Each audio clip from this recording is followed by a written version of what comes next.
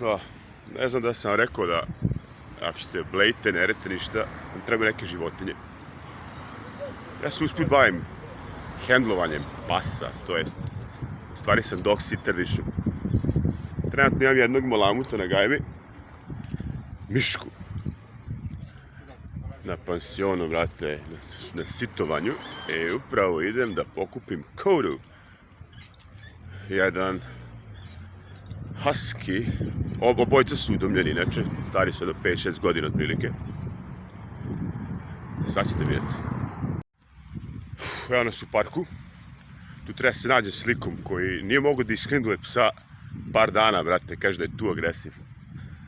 Ja sam samo mislio da je lik kretenko koji je obećao nekom nešto. Ljudi su trenutno u Francuskoj, ispomenuo je njih, mene je ispomenuo jer 2 dana nije mogao da istrpi nepoznatog psa. Indijanac, brate, šta ćeš? No, however, pošto sam ja pravio onaj Cezar bilans, samo što nemam svoj TV show, napravit ćemo ga, brate. Samo da nađem, sve ga pokažem, brate, evo tamo su neki kerovi, brate.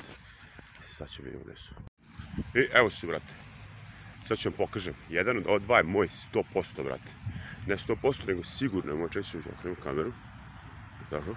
Brate, znači, jedan od ova dva lika je moj. To ću posle to objasniti. Ko je? Gde su druže? Vidi ga. Evo nas na gajbi. Ekipa je tu.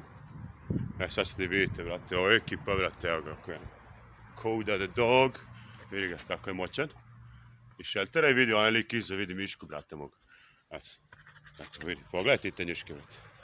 Tako da, ako vam treba handler, dog sitter, i samo neko da vas nauči da blejite s kerovima, zovite me. Dobre bleje s kerovima, vidi. Ja? Znači, još jedan moj life coach savjeta, nabavite neke životinje oko vas. Biće vam bolje. Peace.